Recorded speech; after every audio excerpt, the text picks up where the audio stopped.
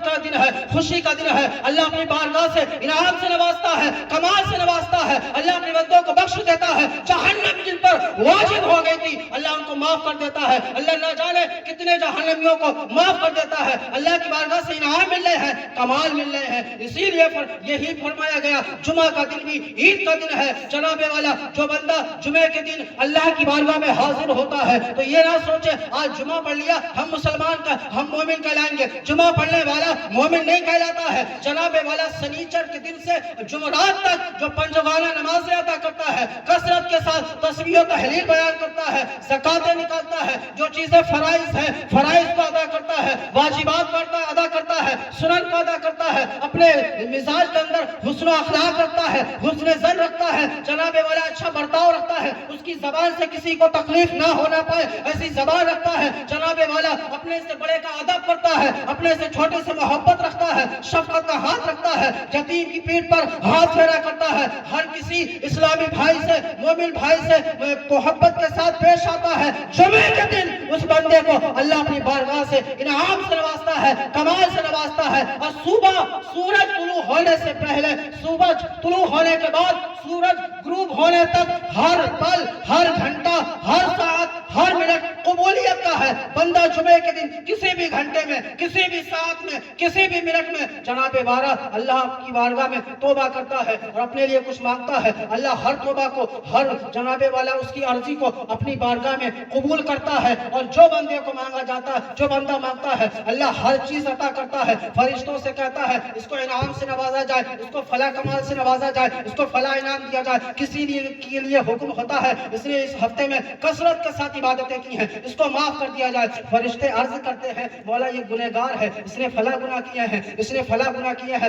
بندہ کہتا ہے, اللہ فرماتا ہے میرا بندے نے کثرت کے ساتھ میرے تمام شرعی احکام کو, میرے حکم کو مانا ہے. اے فرشتوں تم شاہد ہو, میں جمعے کے دن یہ بندہ میری بارگاہ میں حاضر ہے, اس کے تمام گناہوں کو نہ دیکھ کر, اس کی تمام خطاؤں کو نہ دیکھ کر اس کو معاف کرتا ہوں. اور جناب والا ایک روایت میں ہے فرمایا گیا ہے وہ ایسا ہو جاتا ہے جیسا آج ہی اپنی ماں کے شکم سے پیدا ہوا ہے. کیا سمجھ رہے ہیں؟ تو یہ مومن کے کام ہے, مسلمان کے کام یہ نہیں ہے. جناب والا اس کو مومن کہا جاتا ہے. مومن اس کو کہتے ہیں جو اللہ نے ارشاد فرما دیا ہے اللہ کو مانے, رسول اللہ کو مانے, اور اللہ نے جو حکم دے دیا اس کے تمام حکم کو بجا لائے, اور رسول اللہ نے جو حکم دے دیا ہے تمام حکم کی جناب والا تابعداری کرے, اپنے سروں کو خم کر دے. تو اسلام کے نونہال مقدس شہزادوں دیکھیں نا, ہمارے حالات یہ دیکھیں. آج جمعے کا دن تھا, مغرب کی نماز میں حالات یہ ہوتے ہیں کہ 2 صف 2.5 صف بھری ہوتی ہے. کل تک جذبہ رہے گا ہمارے نوجوانوں کو, اتوار میں پھر ٹھنڈے, پھر وہی مسجد کے اندر 1 صف دکھے گی, 2 صف دکھے گی. اچھا پھر یہ جذبہ کہاں چلا جاتا ہے؟ کیا ہمارے وجود میں ہمیشہ دینداری یا نمازی بن کے ہم نہیں رہ سکتے؟ کیا رسول اللہ کی شریعت مطہرہ پہ, دین حسن پہ پوری زندگی نہیں گزار سکتے؟ ہمیں جتنی بھی اللہ نے یہ 70 سال کی 80 سال کی یا جو بھی ہے اس فانی دنیا میں ہماری زندگی, پوری زندگی ہم کیا جناب والا رسول اللہ کی شریعت مطہرہ پہ نہیں گزار سکتے؟ کیا ان کے حکم پہ نہیں گزار سکتے؟ کیا اللہ کے حکم پہ نہیں گزار سکتے؟ بے شک گزار کرتے سکتے ہیں, اور جو گزارے گا مومن اسی کو کہا جائے گا, اور جو نہیں گزار کے جائے گا اس کو مومن نہیں کہا جائے گا. اسلام کے نونہال مقدس شہزادوں, رمضان شریف کا بابرکت مہینہ ہمارے سامنے تشریف لانے والا ہے, اور ہماری ماں بہنوں میں ایک بڑی چیز مشہور ہے, وہ 16 سیدوں کے روزے رکھیں گی, نفل روزے رکھیں گی, وہ 10 بیویوں کی کہانیاں سنیں گی, وہ چٹپٹ بیویوں کی عجیب عجیب کہانی ہے. اور کمال کی بات یہ ہے کبھی غوری نہیں کیا اس کتاب کا نام ہی کہانی ہے, کہتے ہی اس کو کہانی ہے. میری بہنوں کو بڑی دلچسپی ہوتی ہے, محلے کی ہماری خواتین اکٹھا ہوگی, بلوا ہوگا, پہنچیں گی, کیا ہے 10 بیویوں کی کہانی ہے, چٹپٹ بیوی ہے, ان کا نام ہی چٹپٹ ہے بھائی, چٹپٹ ہے وہ کہانی. میں نے پوری کتاب کو پڑھا ہے, اس کے حقیقت میں وہ کہانی ہے, حقیقت ہے ہی نہیں اس کو. حقیقت سے دیکھیں گے تو کہانی نظر آئے گی, کچھ نہیں. تو 16 سیدوں کے روزے, نفل روزے, چٹپٹ بیویوں کی کہانیاں, ان تمام چیزوں کے لیے جمع ہے, لیکن شریعت مطہرہ میں اس کا کوئی معاملہ ہے ہی نہیں, ہے ہی نہیں کہیں سے کہیں تک. ان چیزوں پہ زور ہے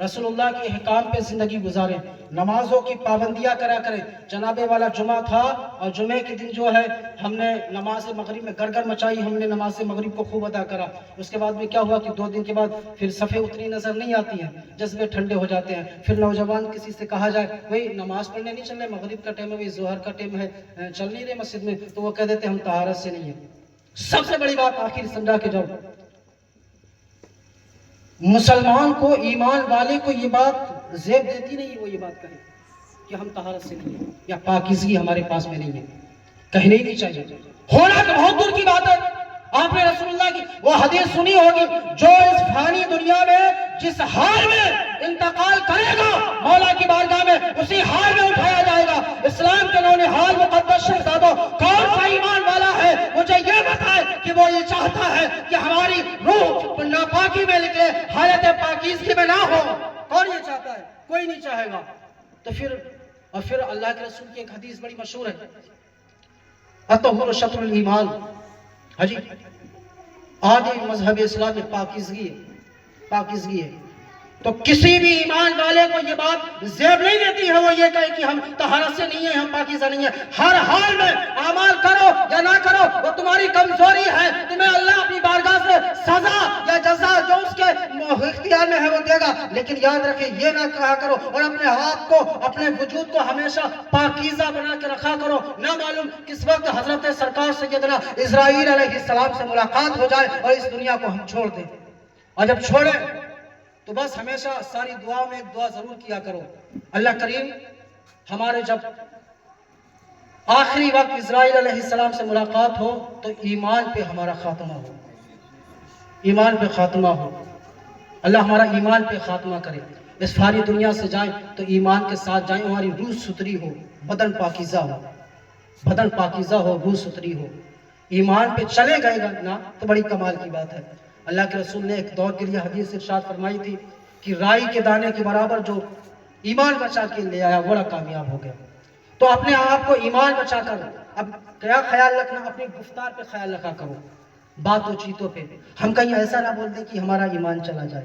اپنی زبان کی ہمیشہ حفاظت کیا کرو، اپنی آنکھوں کی ہمیشہ حفاظت کیا کرو جناب والا، اپنے وجود کی ہمیشہ حفاظت کیا کرو، اپنے جسم کی اتنی حفاظت نہ کرو، روح کو ستھرا کرو، روح کو پاکیزہ کرو۔ اسلام کے نونہال مقدس شہزادوں سرکار سیدنا مولا کائنات حضرت علی فرماتے ہیں، ارے جناب والا سنبھالتے جسم کو کیا ہو، سنبھالنا ہے تو روح کو سنبھالو، جسم کو رکھا رہ جانا ہے اور روح کو مولا کی بارگاہ میں حاضر ہونا ہے۔ تو ذکر سے اور اچھی باتوں سے، اپنے ایمان سے، اپنی جو زبان ہے اس کے اچھے کلمات زبان سے نکالو تو ہماری روح جو ہے پاکیزہ ہوگی اور ستری ہوگی۔ یاد رکھیں مسلمان کامیاب نہیں ہے، مومن دنیا میں بھی کامیاب ہے اور قبر میں بھی کامیاب ہے اور آخرت میں بھی کامیاب ہے۔ یاد رکھیں اسلام کے نونہال مقدس شہزادوں جب نصیحت و واعظ ہوا کرتی ہیں تو یہ نہ سوچا کریں کہ جناب والا میلاد تھا، میلاد سننے کے لیے گئے تھے۔ آپ کو بتایا گیا ہے اس پہ عمل کیا کریں، جو بھی بتایا رسول اللہ کی بات اور قرآن و حدیث کی بات ہمارے دل پر اثر کرنا چاہیے تاکہ یہ معلوم ہو نہیں ہمارے اندر ایمان ہو۔ اور جب یہ آپ جان لیا کریں کہ قرآن و حدیث کی بات ہمارے دل پر اثر نہیں کر رہی ہے تو کثرت کے ساتھ استغفار کیا کریں، اور میں نے کہا نا درود شریف کا کثرت کیا کریں۔ یاد رکھیں مومن وہ ہوتا ہے اللہ اس کے رسول کی زبان اور اللہ اس کے رسول کا کلام فوری طور پہ اس کے دل و دماغ پہ اثر کرتا ہے اور اس کو وہ اپنے عمل میں لانے کی کوشش کیا کرتا ہے۔ تو میری ماں اور بہنوں سے بھی بس یہی گزارش ہے کہ اپنے گھروں میں زندگیاں گزارے، فانی جو زندگی ہماری رہ گئی ہے تو حضرت فاطمہ زہرا سلام اللہ علیہ کی کنیز بن کی زندگی گزارے۔ اور یاد رکھے ہمارے تمام نوجوان حضرت خواجہ غریب نواز حضرت غوث اعظم رسول اللہ کا غلام بن کے اس فانی دنیا میں زندگی گزارے۔ ہم یہ جب غلام بن کر غلامی کا پٹر رسول اللہ کی اپنے گلے میں ڈال کر گزاریں گے تو ہماری دنیا بھی اچھی ہوگی اور قبر بھی اچھی ہوگی اور آخرت بھی اچھی ہوگی انشاءاللہ تعالی۔ بس یہ ہے کہ ہمیں مومن بن کے زندگی گزارنا ہے۔ اللہ کریم کی بارگاہ میں دعا ہے کہ ہمارے بولنے میں، نصیحت و واعظ میں جو بھی غلطی زیر و زبر کی بھی ہو گئی ہو تو اپنی رحمت سے معاف فرمائے۔ مولا کریم سب سے پہلے ہمیں تمام سامعین کو صحیح پہ عمل کرنے کی توفیق عطا فرمائے. استغفر اللہ ربی من کل ذنب واتوب الیہ. استغفر اللہ ربی من کل ذنب واتوب الیہ. استغفر اللہ ربی من کل ذنب واتوب الیہ. لا الہ الا اللہ محمد رسول اللہ.